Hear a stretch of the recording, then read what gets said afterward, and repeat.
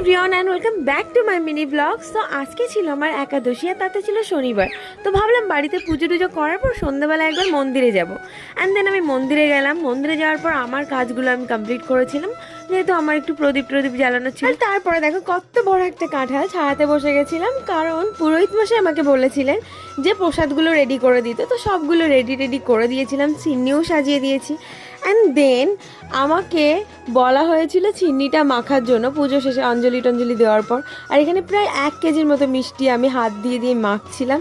আর তারপরে চিনি মাখার পর এখানে আমাকে লাস্ট পর্যন্ত বলা হলো যে চিনিটাও দাও তুমি। আর এখানে জানো তো, আমার বিশ্বাস করো কোনো আপত্তি ছিল না। আমার কী যে ভালো লাগছিল, মনে হচ্ছিল না আজকের একাদশীটাও পূর্ণ হয়ে গেছে। আর তারপর আমি এখানে চিনি সবাইকে দিচ্ছিলাম নিজের হাতে। আর এখানে ক্যামেরাটা উলটপালট হচ্ছে কারণ আমার মা ক্যামেরাম্যান। তো যাই হোক, দিনটা খুবই ভালো কেটেছে।